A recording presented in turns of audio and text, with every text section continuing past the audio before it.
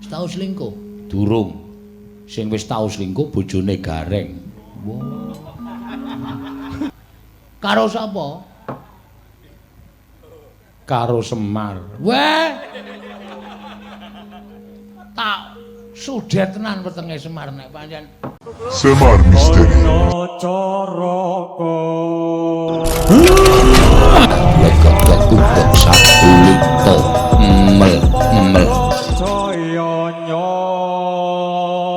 monggo potongo wong Jawa aja ilang jawane wong Jawa aja ilang budayane legak-legak satu lito Biat langening kalan wana gelar bandan moncar Dinon lir kekonang surem sorotetan badang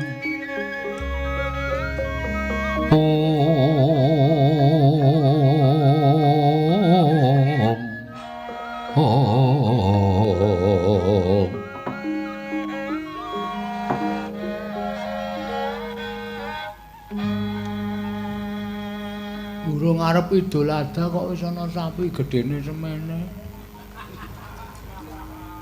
Aja ngawu gawar ngawur.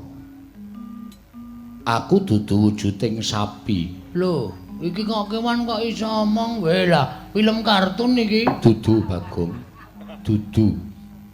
Kok ngerti kalih kula? Ya ulun ngerti. Aku ngerti kelawan sira merga aku diwenangake ngerti marang sapa wae. Aku nadyan wujud handaka parandene aku ingkang tunggu alas kene. Lan aku kuwi ngluwihi marang sak pepadaku. Dene wujuding satu wana, satu kewan. Aku bisa tata jalma kaya jamak lumrahing menungsa lumrah. Wah, lah gleleng tenan iki. Agi iki aku weruh ana wujuding handaka niku napa to? Handaka niku kanca kula. Dudu. Handaka kuwi wujude bantreng. Wah, lah bantreng. Ampuh iki. Iya. Dikeparangake dening para dewa, aku kuwi bantreng sing ampuh, isa tata jalma, ngerti sadurunging winarah lan ngerti lelakon sing aku ora ngerti. Yakin? Iya, tenan. Nek pancen tenan sampean jenenge sinten? Aku aran Andaka Dewa. Andaka Dewa. Iya. Wah, bantrenge jenenge Andaka. Aku sing menungso ming Bagong. Jian wis ora adil. Lho aja ngono.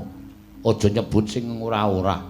Bagong, Wonten dawuh kena ngopo kita kok nganti tekaning patya ning telenging jurang? jare sampeyan apal, ngerti lelakon sadurunge winarah, ngerti lelakon sing ora panjenengan ora ngerti. Saiki nek pancen tenan aku kena ngopo? Ayo. Nek ora iso mbedhek sampeyan ngendika niku mung goroh kabeh. Ya, yen pancen kita njaluk ulun ingkang batang lelakon kita, ulun bakal batang. Nggih ampun isih urip kok arep batang. Gus iki. Tegese batang kuwi merdekake apa ingkang lakon lan kita lakoni. Lah ra ngoten. Napa kula kenging napa? Kita ingkang sekawit tapa ning lengkeng Gunung Mahameru, ana ing alas bombong wirayak. Nanging ora dikeparengake dening para dewa. Wekasan kita Pancakara kelawan para dewa. Nalika semono para dewa padha kendhang kapracundhang kuntal kaprapal kalah kelawan jeneng kita. Wih lah bener kabeh. Terus kita adu arep karo Bathara Guru, kita kena daya pangaribaning Bathara Guru ya kuwi wujuding pusaka guntur geni guntur angin. Kita kendhang kapracundhang tiba ning alas kene, kita tekaning pati. Oh nggih matur nuwun. Cocok kabeh nek ngono sampean pancen banteng sing ampuh tenan. Ya, dikeparengake dewa pancen dadi banteng sing digdaya. Syukur, syukur. Kula ajeng takon. Takon apa? Sasuwene kula lungeni bojo kula aman-aman mawon mboten. Soale kula niku ngerti Gareng niku seneng kali bojo kula. Dadi kula kuwatir kula tapa niku ya atine menak-menik tenan. Engko nek Gareng terus wirawiri nggawa Apa Pijawa nika? Ora, Bagong, bojo kita kuwi setya kelawan jeneng kita. Weh, edan. Lahir batin. Lahir batin. Kok tau ngrujuk ember kula? Merga saka nggonmu kebangetan ninggal kelawan bojo pirang-pirang dina ora bali nganti bojomu nesu. Ning yen ditonton saka katresnan, bojomu kuwi lahir batin tresna kelawan kita.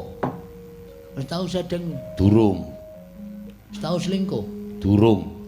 Sing wis tau selingkuh bojone Gareng. Mula kok bojone Gareng anggere sore le macak lambene nganti kaya wong mamah godhong jati. Abinge ra jamak-jamak. Karo sapa? Karo Semar. Weh. Tak sudet tenan wetenge Semar nek pancen Udu. Pokoke kita ora perlu ngerti. nggih, matur sembah nuwun, matur sembah. Aman nggih pokoke. Iya. Ah sak banjure nek pancen sampean ngerti niat kula niku jane pripun? Bagong, Wonten dawuh yen kita bakal mbangun desa nata kutha kuwi sayekti panjangka ingkang becik. nggih Ning gandeng kita kuwi mung ijen ora duwe kekuatan sabab Semar lunga saka Karang Kadempel. Lho, sampean ngerti bapak kula bareng to? Ngerti? Wo lah den bandeng ampuh tenan iki. Iya, Bagong. Nggih. Tulung nggih. Anu napa? Nek pancen sampean pancen ampuh tenan sesuk Bupati kalih wakile bupati didadekke pisan nggih. Iya, ulun dadekake. Nggih, matur nuwun. Ampuh tenan. Iya, Bagong. Lah terus bapak lunga. Iya, bapakmu lunga. Lungane teng pundi? Aku ora wani nuduhake merga iki isih sinengker dening panguwasaning dewa. Wo. Lah terus Gegayuhan kita ingkang kaya mengkono mau sayekti ora bakal bisa kelakon yen tanpa wong atuamu. Nanging uga ora bakal bisa kelakon yen to tanpa pambiyantuning para Pandhawa. Pandhawa kuwi bendarane wong atuamu. Ngene Bagong. Wong kang bakal bangun desa, bangun kutha kuwi sayekti kudu gumolong manunggal tetunggalan antaraning bendara utawa kawula. Ana ingkang nyebut manunggaling kawula lawan Gusti. Kawulane manunggal kelawan Gustine tetunggalan sengkut gumegut padha bangun desa lan bangun kutha. Kamangka dina samengko tumrap aku bendaramu Pandhawa kuwi nedheng kelimput. sebabe Ing atase pamomonge ya kuwi Semar Badranaya lunga saka Karang Kadempel. Lah kok dadi para Pandhawa ora gumregah, para Pandhawa ora budidaya, para Pandhawa ora sumedya ngupaya menyang dununging Semar Badranaya. Malah enak-enak kapienak lenggana ing negara. Kanthi cara mengkono cetha yen to Pandhawa durung bisa manunggal kelawan kawulane ingkang diwakili dening Semar Badranaya. Mula kang sangka kuwi wajibe Pandhawa kudu dielingake, wajibe Pandhawa kudu diumutake. terus sinten sing ngajeng ngemutake para Pandhawa? Tanuli kejaba mung kita Bagong, merga kita ingkang wani kelawan para Pandhawa lan kita ingkang wani matur apa anane marang para Pandhawa. Yen Pandhawa ora dielingake mengko mundhak kebablasen. Kanthi yen to nganti kebablasen kita ora kelakon bangun desa lan bangun kutha Panakawan Bagong. Duh jan pepundhen kula Andaka Dewa panjenengan pancen wasis tenan. Iya. Jalaran lamun Semar ora timbul dadi wakiling para kawula, sayekti samengko apa ingkang kita jangka ora bakal kasembadan. Panjangka kita kudu nyuwun palilah kelawan Semar Badranaya apa dene para Pandhawa. Terus niki apike pripun? Miturut saka panemuku ayo kita utawa sira Bagong ndak kanthi sowaning negara Ngamarta. Yen perlu Pandhawa yen pancen ora eling sarta ora gelem ngupaya menyang didununging Semar Badranaya. Bagong ndak keparangake ngamuk ana ing negara Ngamarta, aku ingkang bakal anjampangi sarta menehi kekuatan kelawan sira Panakawan Bagong. Ning nek kula kaya ngeten iki napa mboten dianggep mengke kula ajeng mengkudeta para Pandhawa? Ora. Kita aja wujud Bagong. Terus kula wujud napa? Manut karo panjenengan ulun. Kita bakal ulun salini. Salini wujud napa? Mantenga ciptamu Bagong. ndak suwunke marang panguwasaning dat kamuring dat muga-muga sira isa aja wujud kaya dene wujuding Bagong. Oh nggih, ngestaken dawuh Sang Andaka Dewa. Lenglenging triya mangungkung.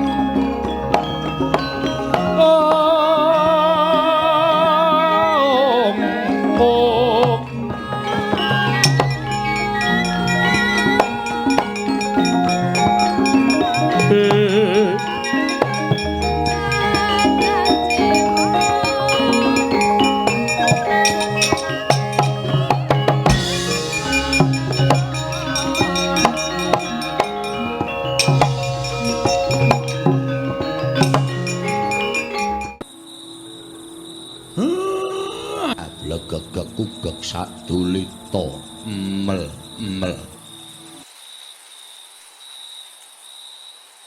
Tan samar-maring sukma sinokmaya winaya wing asepi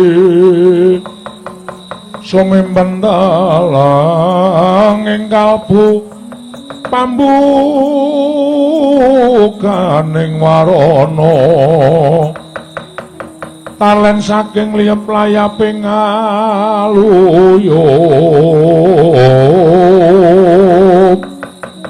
pindha pesating sumpena sumusuping rasa jati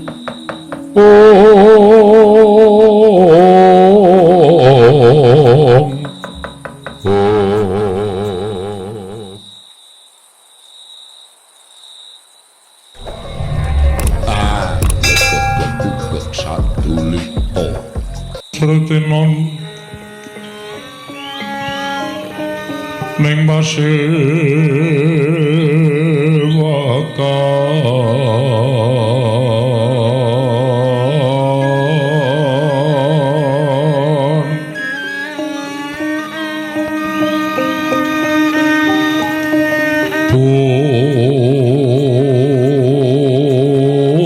busana maneka warna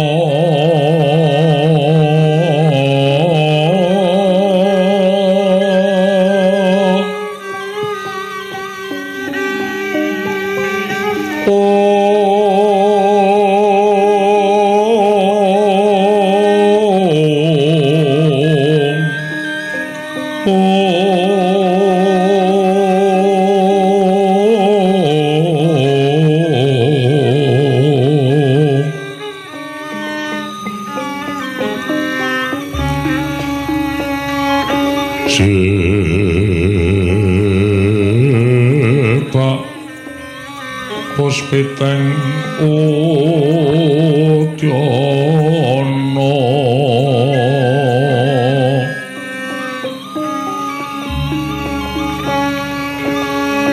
miang pandra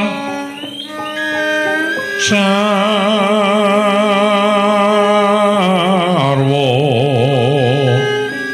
rukma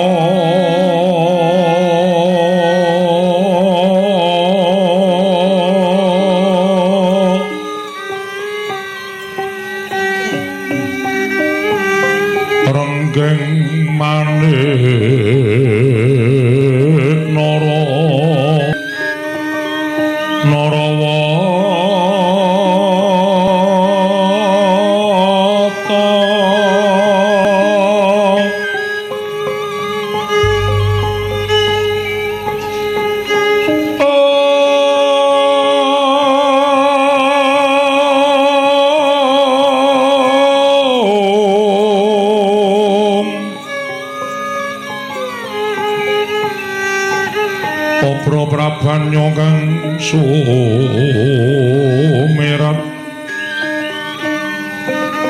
Obro prabanyo kang sumirat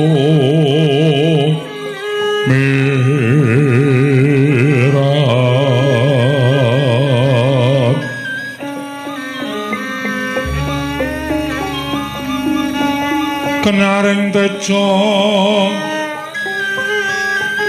laliwat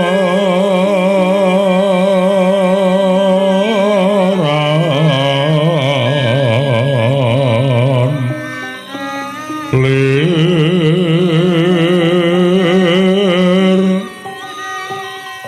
ki laci siring tadet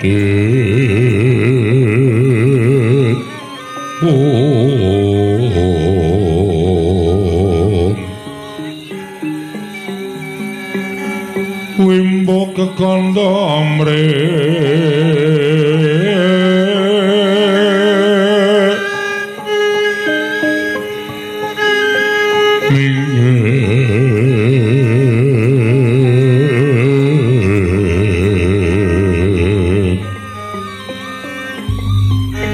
katyuping maruto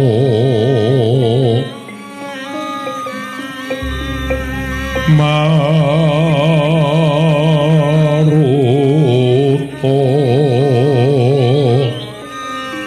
mando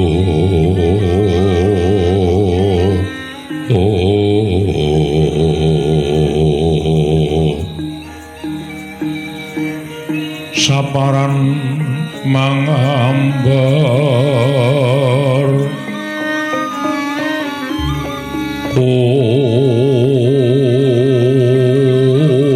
mas